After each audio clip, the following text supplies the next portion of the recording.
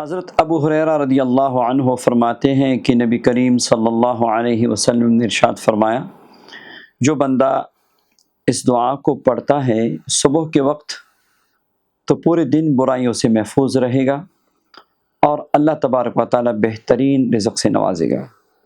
اسی طرح اگر شام کو پڑھتا ہے تو یہی برکت پوری رات اس کو حاصل ہوگی کہ برائیوں سے اللہ تعالی حفاظت فرمائیں گے اور اللہ تبارک و تعالی اس کو بہترین رزق سے نوازیں گے۔ دعا کیا ہے؟ پڑھیے میرے ساتھ۔ ما شاء اللہ لا حول ولا قوة الا باللہ اشہد ان اللہ علی کل شیء قدیر۔ صرف ایک دفعہ پڑھنے سے یہ برکات حاصل ہوگی، برائیوں سے حفاظت بھی ہوگی اور بہترین رزق سے بھی نوازا جائے گا۔